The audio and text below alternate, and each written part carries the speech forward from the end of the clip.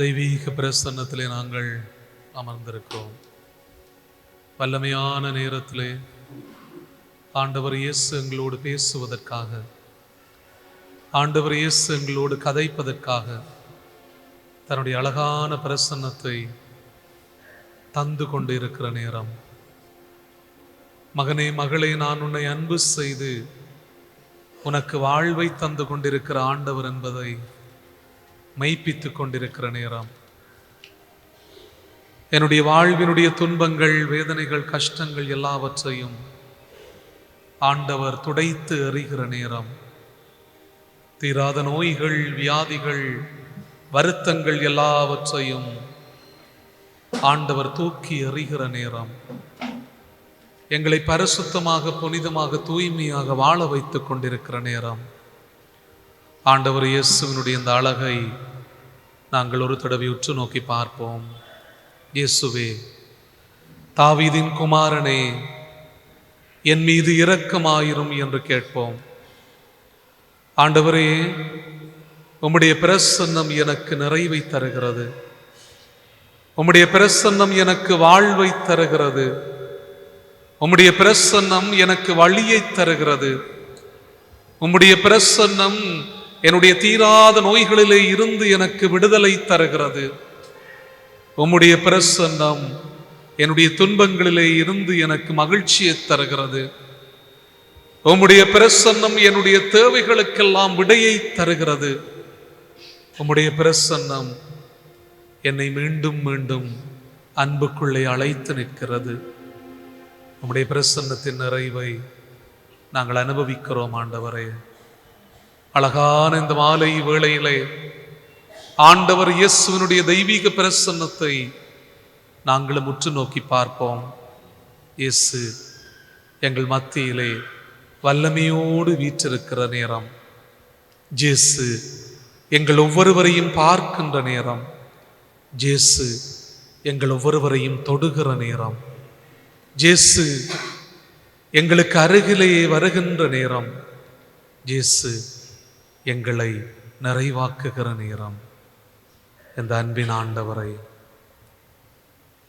இந்த அழகான ஆண்டவரை, இன்பமயமான இந்த ஆண்டவரை, உண்மையான இந்த ஆண்டவரை, எல்லாமுமாக இருக்கிற இந்த ஆண்டவரை நாங்களும் அவருடைய பிரசன்னத்தை நினைந்த பிள்ளைகளாக இந்த பாடலிலே பக்தி உணர்வோடு நாங்கள் பங்கெடுப்போம். உன்னுடைய பிரசன்னத்தை நாடி வந்திருக்கிறேன் ஆண்டவரே. உன்னுடைய வல்லமையின் கிருபைகளினாலே ஆண்டவரே என்னை நிறைத்தருளும் என்று கேட்போம். இயேசுவே, உம்மை நோக்கி நாங்கள் வந்திருக்கிறோம். என்னுடைய வாழ்வு முழுவதையுமே ஏந்தி வந்திருக்கிறேன் ஆண்டவரே. உம்முடைய தெய்வீக பிரசன்னத்தின் ஆற்றல் என்னையும் என்னுடைய குடும்பத்தையும் நிரப்ப வேண்டும் ஆண்டவரே. இந்த தெய்வீக பிரசன்னத்தை நினைத்து பாடி சபிக்கின்றோம்.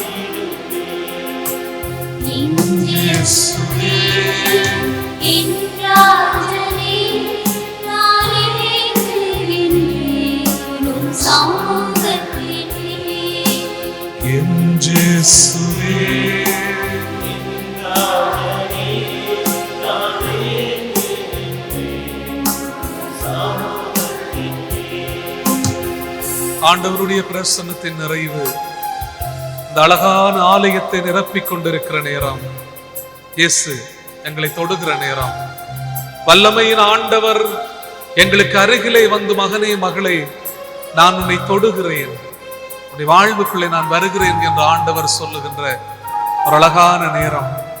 என்னுடைய வாழ்வாக, என்னுடைய சக்தியாக, பலமாக, என்னுடைய நிறைவாக இருக்கிற ஆண்டவர் எனக்கு அருகிலே வருகிற இந்த அற்புதமான நேரம், வல்லமையோடு ஆண்டவரை நாங்கள் நோக்குவோம்.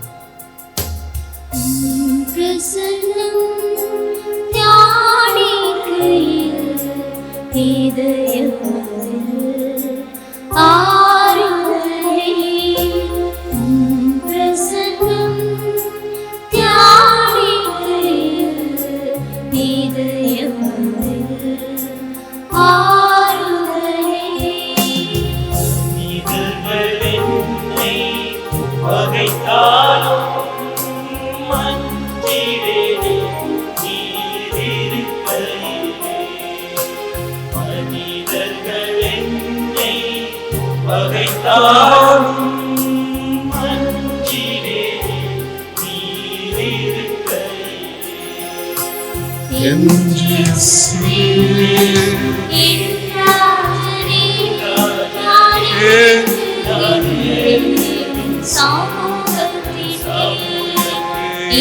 இயேசுவே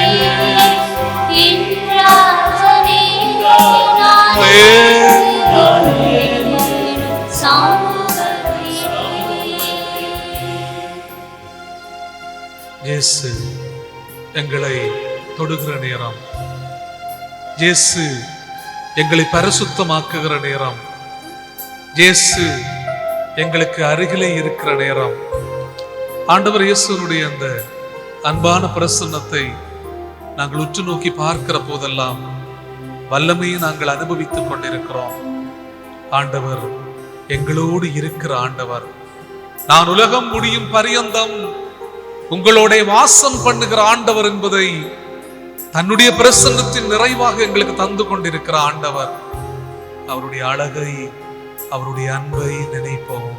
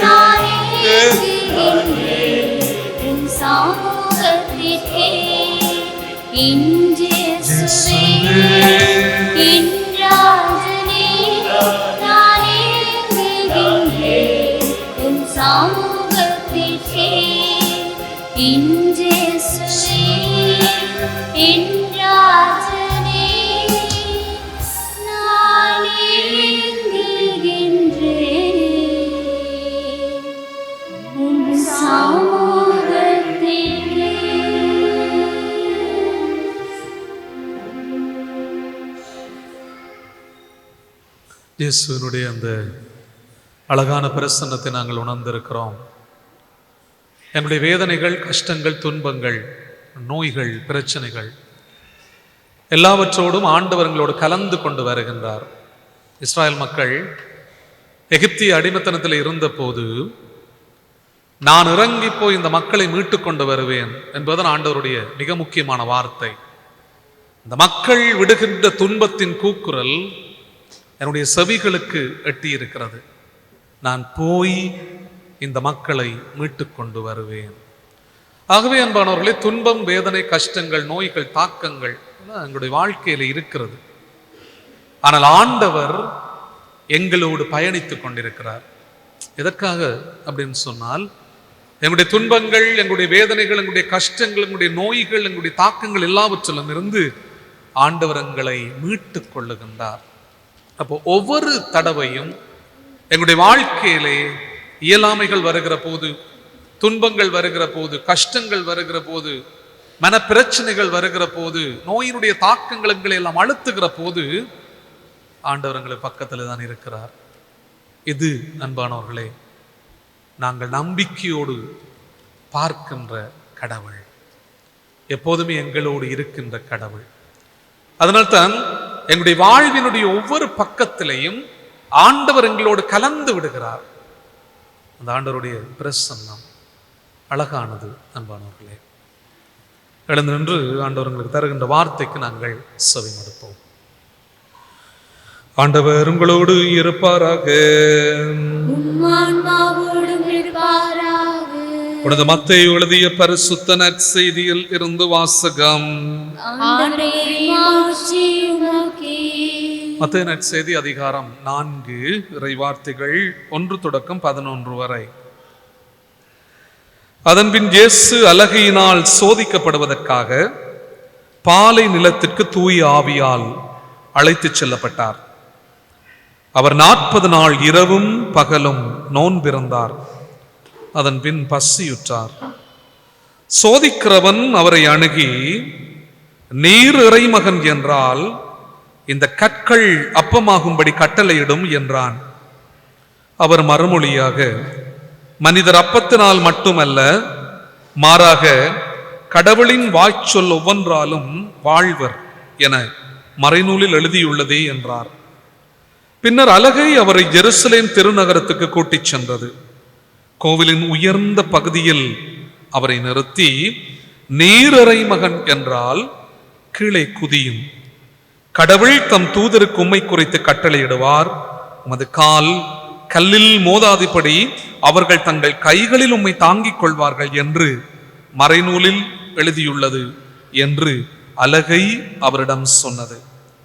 இயேசு அதனிடம், உன் கடவுளாகிய ஆண்டவரை சோதிக்க வேண்டாம் எனவும் எழுதியுள்ளதே என்று சொன்னார்.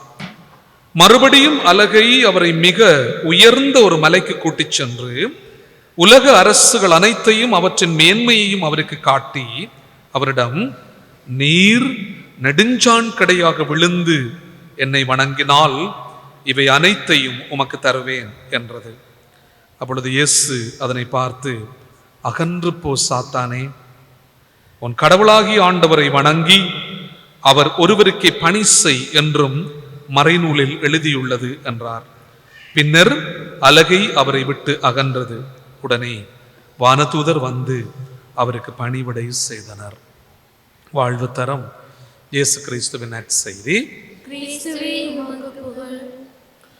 இயேசுவிலே அன்புமிக்க சகோதர சகோதரிகளே, மீண்டும் ஒரு தடவை இந்த அழகான ஆலயத்திலே நாங்கள் கூடியிருக்கிறோம். அந்தோனியார் தன்னுடைய வாழ்க்கையிலே நிறை வல்லமையோடு அன்பு செய்தவர் ஆண்டவர் இயேசு. அவருக்காக தன் முற்றுமுழுதாக தன்னை அர்ப்பணித்தார் என்று நாங்கள் பார்க்கிறோம். அந்தோனியார் 36 ஆண்டுகள் தான் இந்த உலகத்திலே வாழ்ந்தவர்.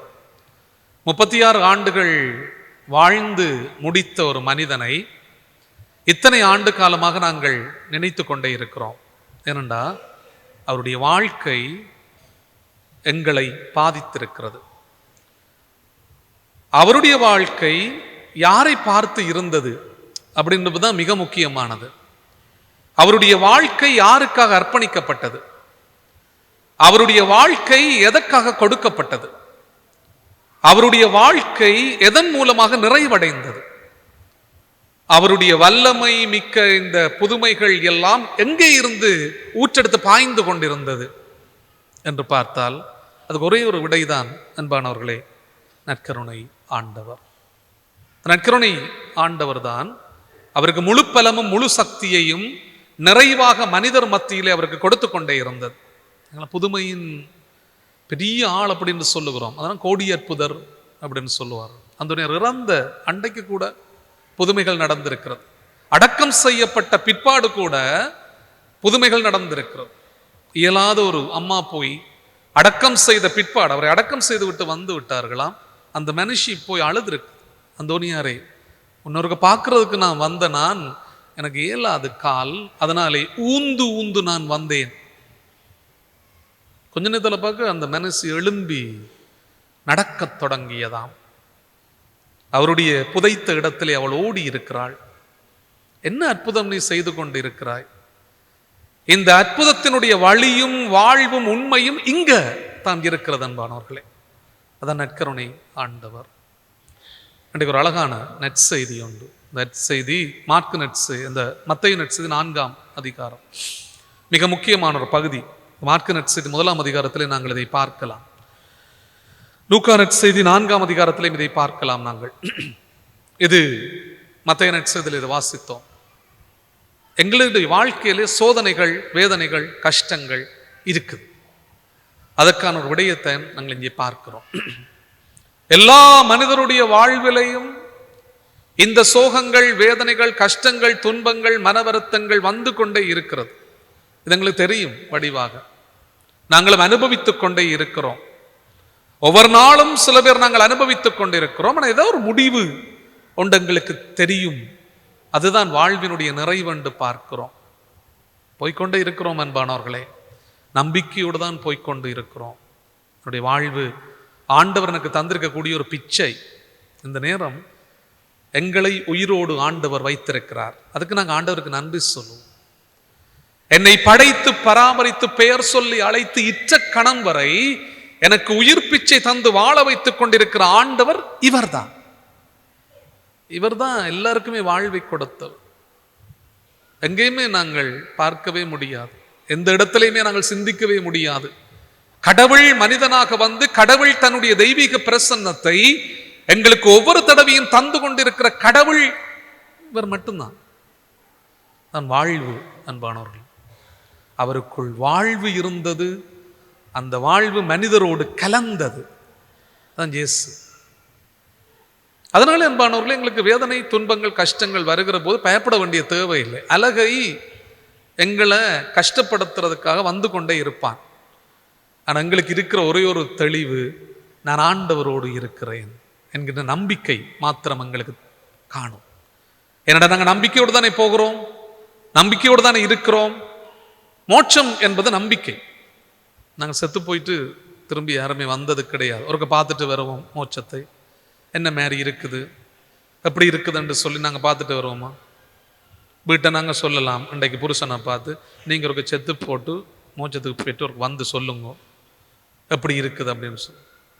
அந்த ஆள் அதுக்கு முதல் சொல்லும், பொஞ்சாதியை பார்த்து நீ முதல் செத்துப்போ, நீ போயிட்டு வாவன் என்று சொல்லும். எங்களுக்கு தெரியாது எப்படி இருக்கிறது அப்படின்னு சொல்லி. நம்பிக்கையோடு தானே அன்பானவர்களே பயணிக்கிறோம். இந்த பீடம் நம்பிக்கை, இறைவார்த்தை நம்பிக்கை, நற்கருணை நம்பிக்கை, நான் வாழ்ந்து கொண்டிருக்கிற வாழ்க்கை நம்பிக்கை. நட்பு என்பது நம்பிக்கை, கற்பு என்பது நம்பிக்கை, முயற்சி என்பது நம்பிக்கை, மூச்சு என்பது நம்பிக்கை, கடலிலே கரைகள் இருப்பது நம்பிக்கை, நிலவு இருப்பது நம்பிக்கை, நீங்களும் நானும் இப்போது மூச்சு விட்டு கொண்டிருப்பது நம்பிக்கை. ஒன்றுமே இல்லை. அந்த நம்பிக்கையின் ஊற்றும் உறைவிடமும் எங்கே சங்கமிக்கிறது அப்படின்னு சொன்னால் இஞ்சதான் சங்கமி. நற்கருணை என்பது நம்பிக்கை. இவர் தானே நம்பிக்கையை தந்து கொண்டிருக்கிறார் எங்களுக்கு. பல தடவைகளே அன்பானவர்களே, நாங்கள் சோதிக்கப்படுகிற போது பயந்து விடுகிறோம். ஐயோ எனக்கு சோதனைகள் வேதனைகள் வருகிறதே. நாங்கள் சோதனைகள் வேதனைகள் வருகிற போது நாங்கள் சந்தோஷப்பட வேண்டும். கடவுள் எங்களை புடமிட்டு கொண்டே இருக்கிறார். இரண்டு ஆண்டவர் எங்களுக்கு சந்தர்ப்பங்களை தந்து கொண்டே இருக்கிறார். அலகையினால் சோதிக்கப்படுவதற்காக ஆவியால் ஆண்டவர் கொண்டு போகப்படுகிறார். எப்படி இருக்குது? அலகையினால் சோதிக்கப்படுவதற்காக ஆண்டவரை ஆவியார் கொண்டு போறார். இதான் இன்றைக்கு நற்செய்தி. சாத்தானும் வேதம் கதைக்கும் அப்படின்னு சொல்லுவார்கள். சாத்தானுக்கும் வடிவா தெரியும் வேதம். உமது கால் கல்லில் மோதாதபடி அவர்கள் தங்கள் கைகளில் உம்மை தாங்கிக் கொள்ளுவார்கள். திருப்படல் 91:12 இருக்கிறது இறைவாத்து. பேய் அலகை இறைவாத்தியை சொன்னது. எப்படி இருக்கும் அப்படின்னு சொன்ன அன்பானவர்களே, கடவுளையே அலகை சோதிக்கிறது. அந்த சோதனையை கூட ஆண்டவர் ஏற்றுக்கொண்டு வெற்றி கொள்ளுகிறார். எதுக்காக தெரியுமா? மனுஷரங்களுக்கு சோதனை இருக்கிறது, மனுஷரங்களுக்கு வேதனை இருக்கிறது, மனுஷரங்களுக்கு துன்பம் இருக்கிறது, மனுஷரங்களுக்கு கஷ்டம் இருக்கிறது, மனுஷங்களுக்கு நோய் இருக்கிறது, மனுஷங்களுக்கு பிரச்சனை இருக்கிறது. ஆண்டவர் சொல்லுவார், இந்த பிரச்சனைகளை எல்லாம், இந்த நோய்களை எல்லாம், துன்பங்களை எல்லாம், கஷ்டங்களை எல்லாம் நான் இருந்து கொண்டு நான் அவற்றை முற்று முழுதாக வெற்றி கொண்ட ஆண்டவர். அதனால் தான் அன்பானவர்களே, மற்ற ஆட்களெல்லாம் நாங்கள் பார்க்கலாமே, மற்ற மதங்கள் என்று சொல்ல போறதெல்லாம் கடவுள் செத்து உயிர்த்தது அப்படின்னு சொல்லி நாங்கள் பார்க்கவே முடியாது. என்னுடைய கடவுள், உங்களுடைய கடவுள், இந்த நற்கருணை ஆண்டவர் தன்னை தியாக பலியாக ஒப்பு கொடுத்தார். ஏன் தெரியுமா? எங்களுக்கும் சாவு இருக்கிறது அன்பானவர்களே, நாங்களும் செத்து போவோம். ஆனால் சாவோடு உன்னுடைய வாழ்வும் என்னுடைய வாழ்வும் முடிந்து விடுகிறது அல்ல. இயேசு சொல்லுவார், உனக்கு சாவுக்கு பிற்பாடு வாழ்வு இருக்கிறது. அது ஆண்டவரே செய்து காட்டினார். அதான் இயேசு. சும்மா சொல்லி போட்டு போக இல்லை அன்பானவர்களே, தான் இப்படிதான் இருக்கணும், இப்படிதான் இருக்கணும் அப்படின்னு சொல்லி ஆண்டவர் சொல்லி போட்டு போயல். அதை இயேசு தன்னுடைய வாழ்க்கையிலே முற்றும் முழுதாக நிறைவேற்றுகிறார். அப்படின்னு சொன்னா நாங்க நினைக்கலாம், எனக்கு துன்பம் வருகிறது, கஷ்டம் வருகிறது, வேதனை வருகிறது, நோய்கள் வருகிறது, பிரச்சனை வருகிறது, ஆண்டவர் என்னை புடமிடுவதற்கான சந்தர்ப்பம்.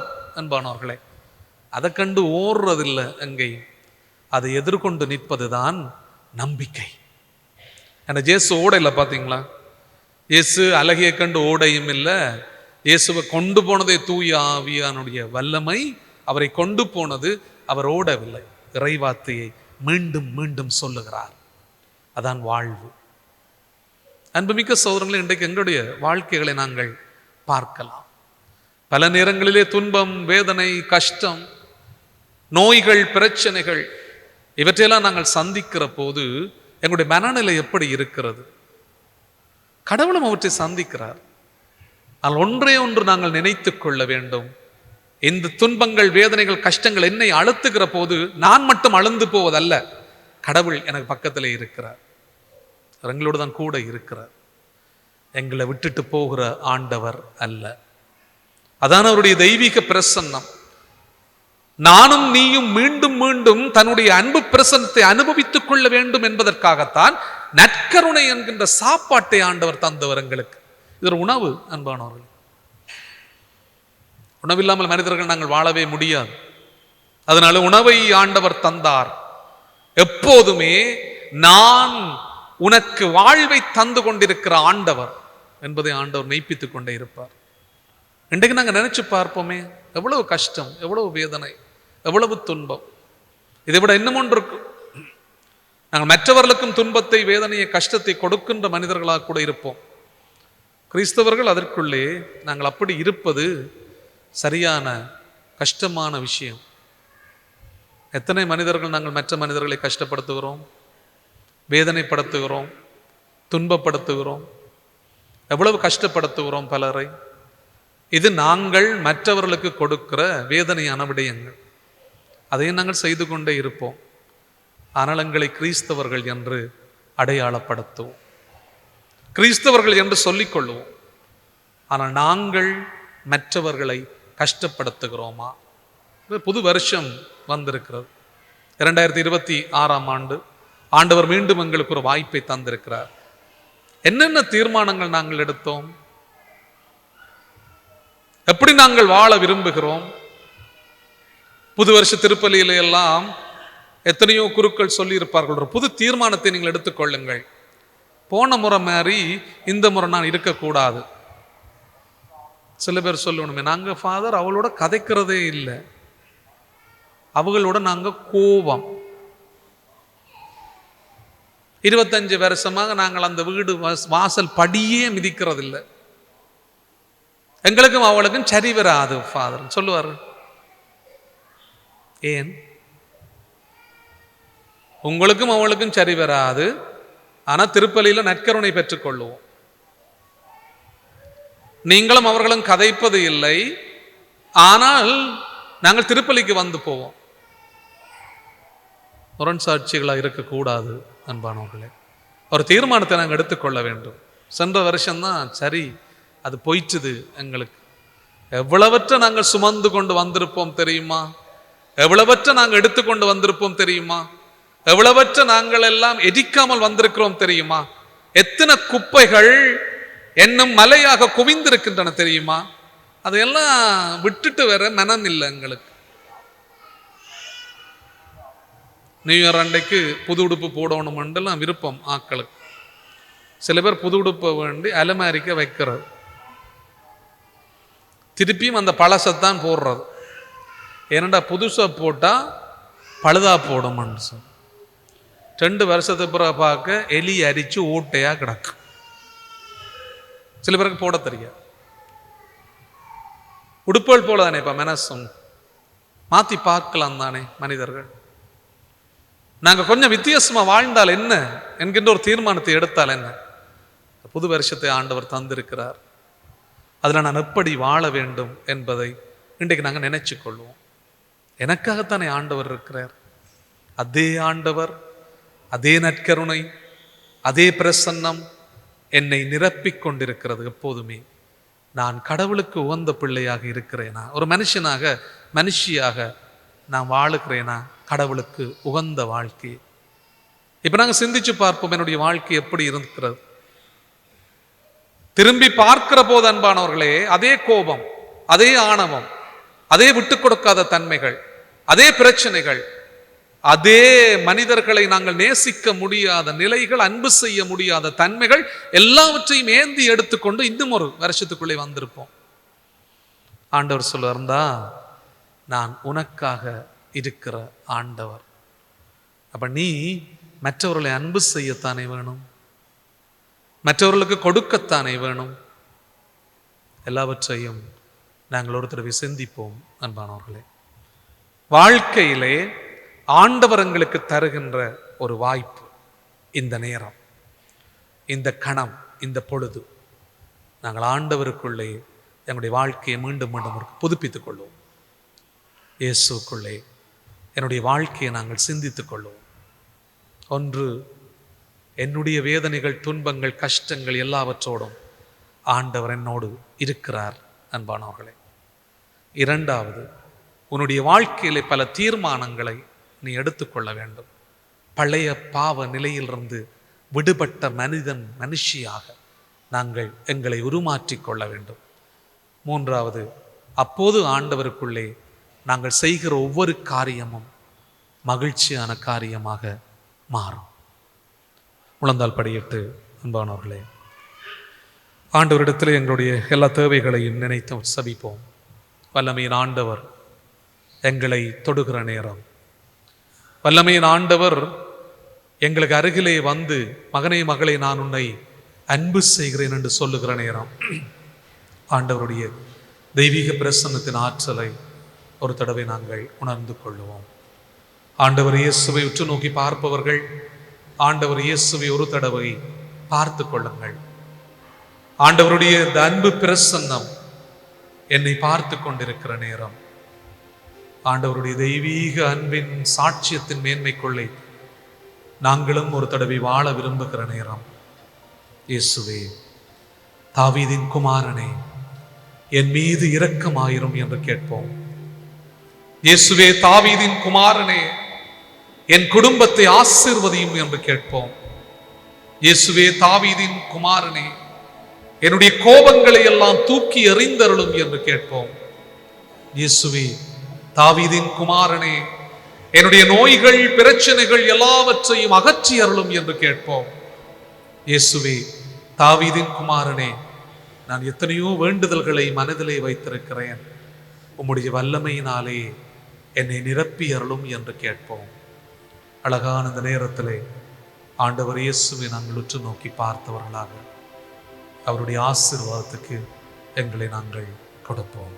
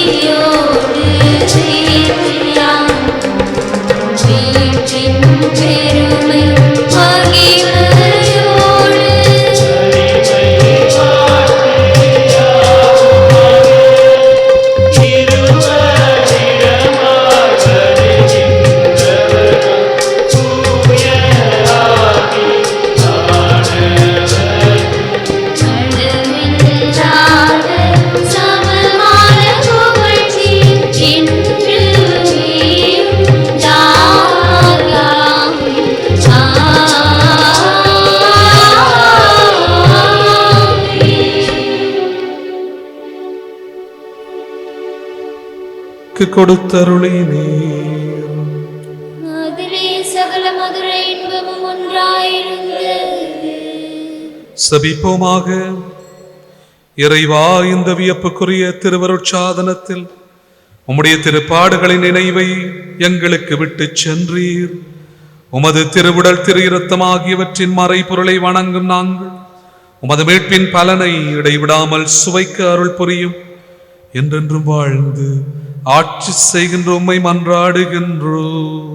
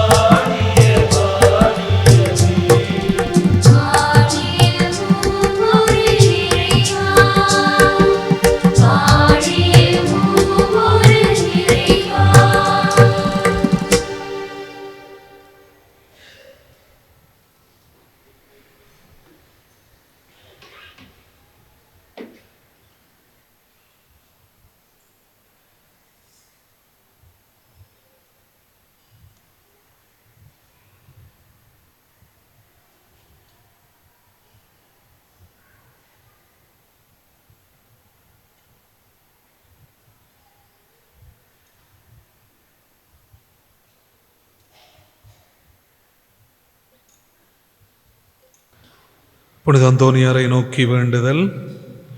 புதுமைகள் பல புரிய அருள் பெற்ற புனித அந்தோனியாரை ஆசியோர் பதியில் குழுமியுள்ள எங்கள் விண்ணப்பங்களை ஏற்று எங்களுக்கு இறைவனின் அருளை பெற்றுத்தான். குழந்தை இயேசுவை கையில் ஏந்தும் பெறு பெற்ற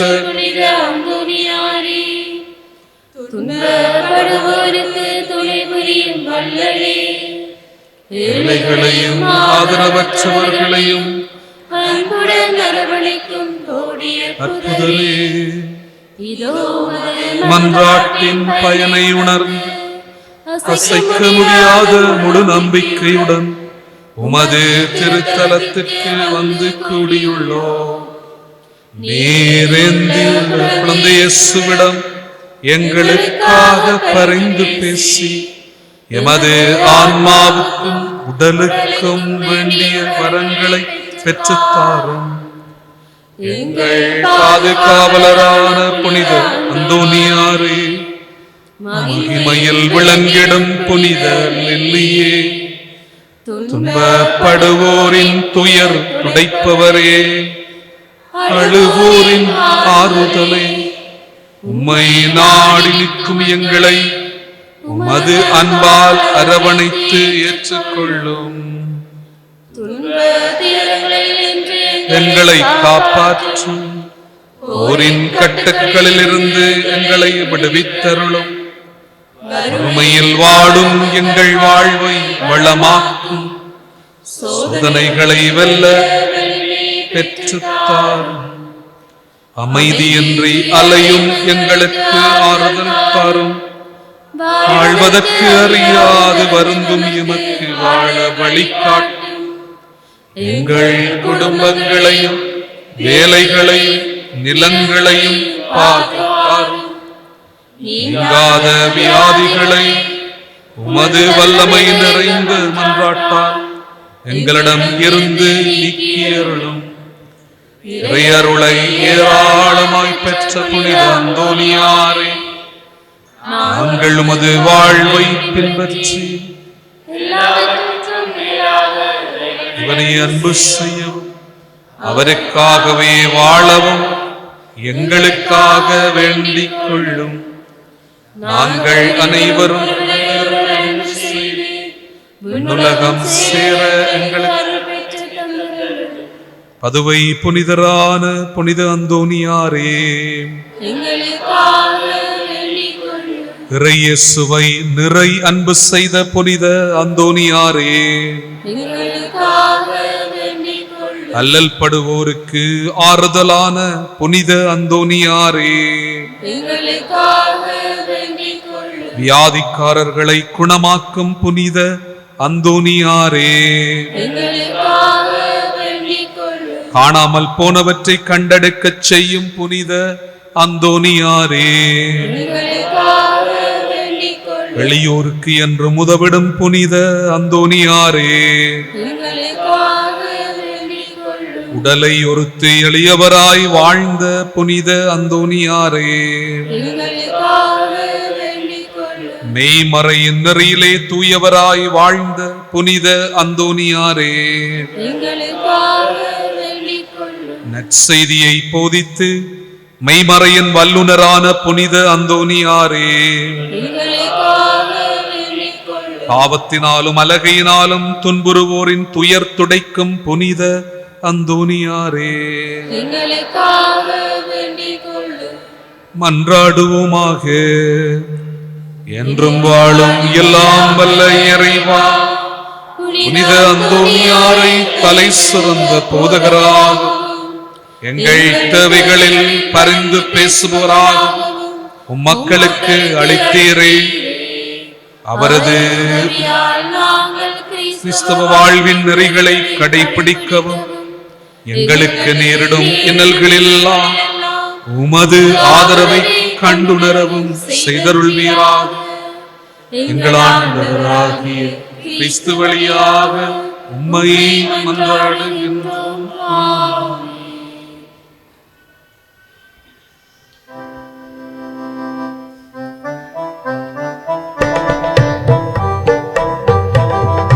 அறிவித்தல்.